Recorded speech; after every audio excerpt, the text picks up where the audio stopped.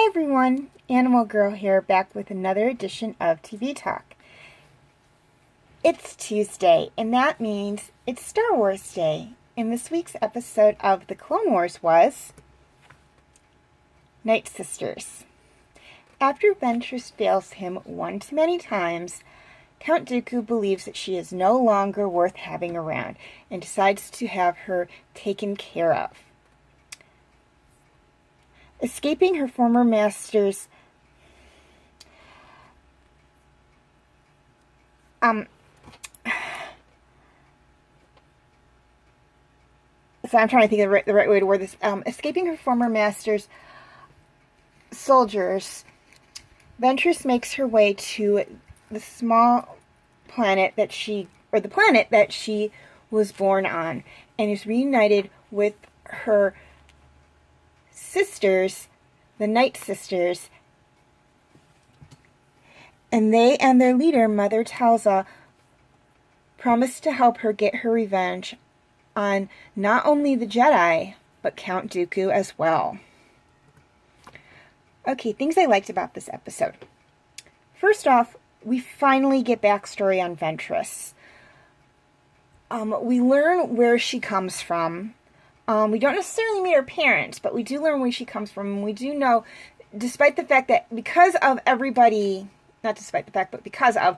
fact that everybody knows her as soon as she enters this village, and Mother Talza knows her, and she knows all of them, and she knows Mother Talza, it tells me, or at least leads me to believe, that she spent some time in this village. If she knows everyone there, and everyone there knows her. I don't think that she could just wander into some random village of women from her species and have them know who she is. I honestly believe that if she was not born in this village, she at least spent some time there prior to leaving the planet. We also learned that she had some training in the Force before Dooku found her and began her training as a Sith. Which is interesting. That was not something I would have thought. I would have thought that he found her as a child, or something, much like how the Jedi find their younglings and then started training her. But I was wrong. And again, just with the backstory, I love it when TV shows give you backstory on characters. I feel that knowing where these characters come from is very important, because we can understand them on a better level than if we don't know what's going on. If they're a one-dimensional character, much like Grievous, because we never get any backstory on Grievous, it's very hard to understand where they are coming from. Also, even though I didn't put it in here because while I do like it, it's not something I thought worth putting in here, but I'm going to throw it out here anyways because it will be important. This is the first part of a 3-arc series, or a 3-arc episode, or a 3-episode arc, excuse me. And this arc really focuses on Ventress. It's like this is her time to, for lack of a better word, shine. She gets her chance to kind of show the viewers, the fans, who she is, where she came from, why she's the way she is, and everything. Because we do learn more about her, not only in this episode, but in the next 2 episodes as well. I believe we do anyways. And we get a better understanding of her, which I feel is very important. Again, I hate villains that are so one-dimension. Villains like Grievous. We don't know anything about Grievous. I mean, we do, but we don't. What we know is that he hates Jedi, and he was once an organic being, and is now mostly robotic.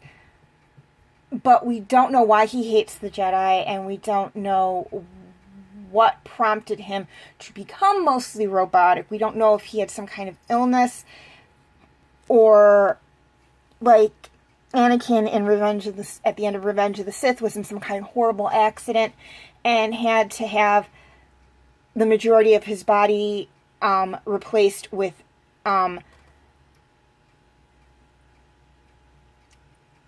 mechanical parts. We don't know if he's like this character in this Star Wars book I'm reading, A New Dawn, who elected to have all these surgeries to replace his organic body with cybernetic components. We don't know. We're not given that insight into Grievous. So it's like, again, that's my one thing I didn't like, that I just don't like. I feel if you're going to give us characters that we're going to see throughout the course of the series, and we do see Grievous from the Clone Wars movie up through Revenge of the Sith, give us backstory. Let us know where they're coming from. And they don't do that with Grievous, but we do get that with Ventress here. We do get to learn a little bit more about her, which is nice. It's fun. I really like learning about her. And I'm not saying that we never get backstory on Grievous. We might get some in the comic books. I'm not sure. I haven't read any of the comics yet. If they do give backstory on Grievous in the comics, let me know. Because right now I'm just going off the movies and the TV shows. So I do like that we do get that. Secondly, I love seeing the planet where Ventress comes from. We finally see where she comes from. And again, we get this idea that when we're first introduced to where she comes from, she arrives in this village and it's all women. She's greeted by all women. Now, I'm not saying her species reproduces without a mate. I'm just saying that we don't see the men up to this point. They either live separately from the women or they are in a separate part of the village from the women. We do know, based on Ventress's attitude and the way the other women in this village act, that the women are more dominant to the men. They are in a very matriarchal society. But we will see some men in the next episode. But again, she comes into this village and everyone knows her, including their leader, Mother Talza, and she knows everybody, including their leader, Mother Talza, which tells me she spent some time in this village. She might have even been born in this village. I would have loved to have seen her mother and father in this episode. I think we do get a glimpse of her mother in a flashback. But we really don't. And to me, that's a little disappointing because I feel parents are a very important part of your backstory. It's very possible that our parents aren't alive anymore, though, so that might be why we don't see them, except her mom in the flashback. Thirdly, we meet her sisters. Now, I have this in parentheses because I do not think any of these ladies are actually related to her biologically. I don't think any of them are her cousins or any of them are her true sisters, but they treat each other very much like they're all sisters, not unlike the Amazons did in ancient Greek mythology, where they were a society of women. In fact, I believe the Amazons of ancient Greek mythology might have highly influenced the formation of this culture to a degree, as there are some similarities between the two, with the women being dominant, being the warriors. Again, we don't see any men in this village at this point in time. And I believe the Amazons were basically a very self-sustained female society.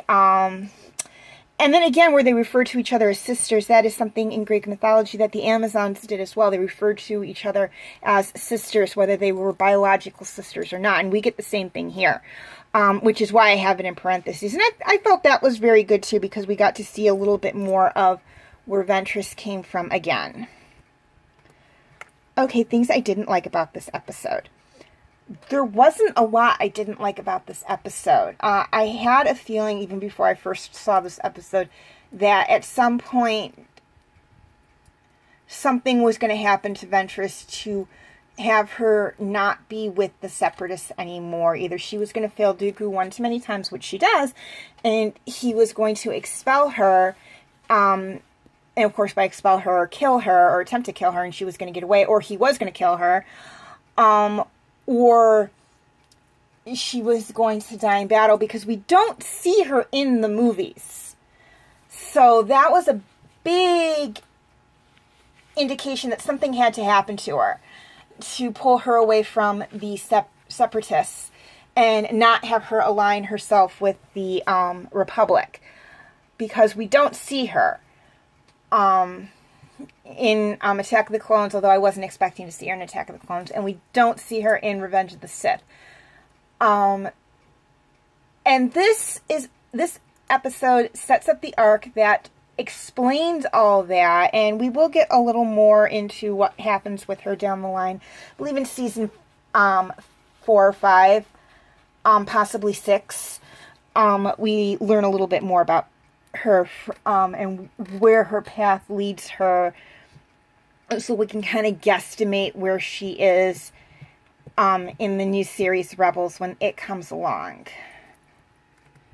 Okay, question of the week. The Nightsisters use a special form of magic, as they are actually considered witches. And the Force has been called many different things by many different cultures. So my question to you guys is, do you think the Nightsisters use a form of the Force, or use the Force, to cast their spells? Please leave your answers in the comment section. Also, feel free to leave your comments and questions in the comment section. I do love to read those. And please like and share this video if you're watching it on YouTube, or Facebook, excuse me, and like and subscribe if you're watching it on Facebook. Also, feel free to follow me on Instagram, Twitter, Tumblr, and DeviantArt. I do have my name for those 4 sites right there on the screen, as well as the pictures I use for the icons. Please note, all pictures seen within this video belong to their respective artists. I own absolutely nothing. Okay, quick reminder on my comment rules.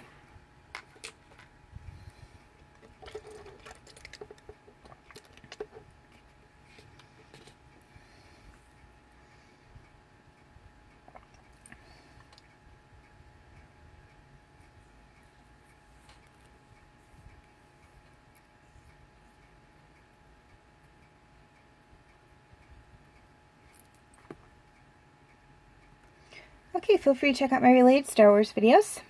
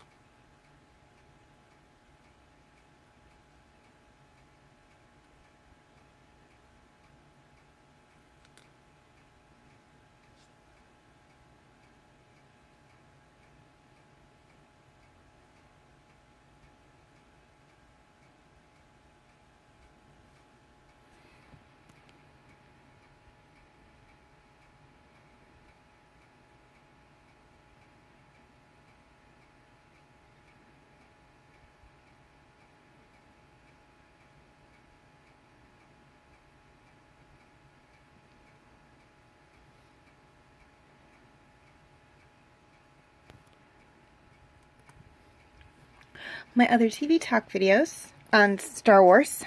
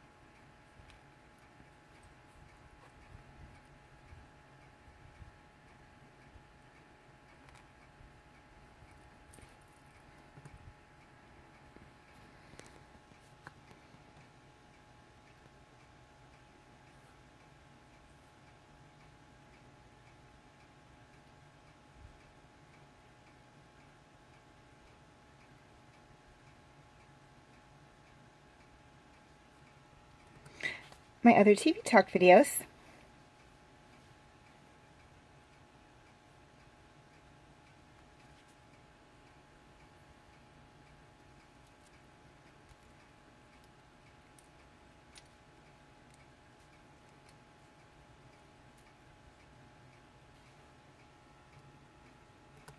And my other videos.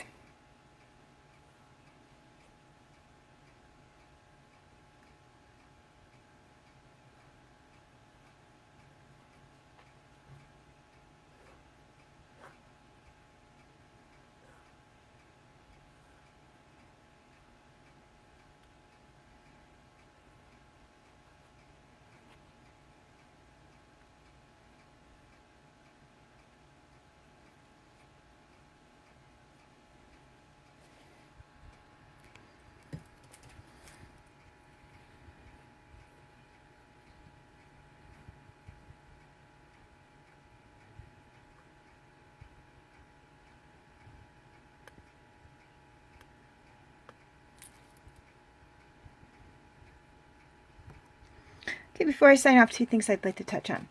First off, my TV talk videos on Star Wars, obviously, Agents of S.H.I.E.L.D. and Dragons will be posted both to my Facebook page and my YouTube channel. Other TV talk videos will be posted strictly to my Facebook page. If you'd like to check out any of those, or see the backlog videos of Star Wars, Agents of S.H.I.E.L.D., and Dragons, you can feel free to check them out on my Facebook page. I will have the link in the description section. Also, I'd like to apologize for not posting a video last week. I was away on a little vacation and was unable to not only watch an episode of Star Wars The Clone Wars, but do a review on it. Again, I'm sorry. Fortunately, things happen. As always, thank you for watching, and may the Force be with you.